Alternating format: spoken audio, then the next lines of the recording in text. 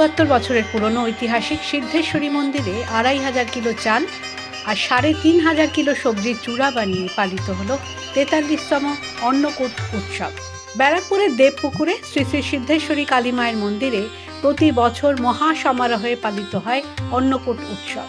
কথিত আছে রামশরণ নামে এক ব্রাহ্মণ স্বপ্নাদেশ পান, তারপর এই মন্দির ও মন্দিরের সিদ্ধেশ্বরী মায়ের প্রতিষ্ঠা করেন। এই কালী মন্দিরের সঙ্গে জড়িয়ে আছে বহু গল্পকথা। কথিত আছে এই মন্দির প্রাঙ্গণে আগে যাত্রা হতো আর দেবী নিজে আসতেন সেই যাত্রাপালা শুনতে।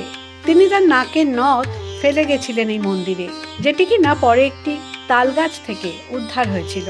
আমাদের 374 বছরের সুপ্রাচীন সিদ্ধেশ্বরী কালী মন্দিরে আপনাদের সকলকে স্বাগত।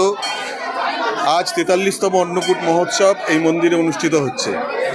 আমাদের এই অন্নকূট উৎসব কিছুক্ষণ আগেই উদ্বোধন হয়েছে, আপনারা দেখেছেন। অগণিত ভক্ত সমাগম এবছর অন্নকূট উৎসবে আমরা দেখতে পাচ্ছি। আমরা যা আশা করেছিলাম ভক্ত সমাগম, তার থেকে আরও বেশি সংখ্যক ভক্ত আজ এই অন্নকূট দর্শনের জন্য আসছেন। আমরা সকলের কাছে আন্তরিক কৃতজ্ঞতা এবং ধন্যবাদ জানাচ্ছি।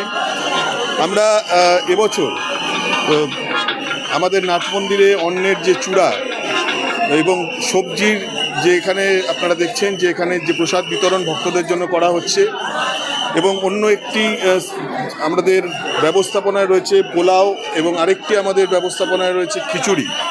এই বৃহৎ অংশের যে ভোগ, সেই ভোগ আমরা আর কিছুক্ষণের মধ্যে থেকেই এই ভক্তরা এই প্রসাদ পাবেন।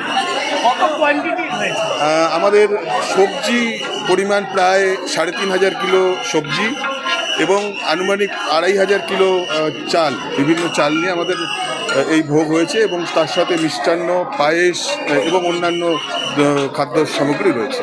অন্নকূট উৎসব উপলক্ষে সোমবার দূর দূরান্ত থেকে হাজার হাজার ভক্তের সমাগম হয় সিদ্ধেশ্বরী কালী মায়ের মন্দিরে। প্রতীতি ঘোষের রিপোর্ট, দ্য ওয়াল।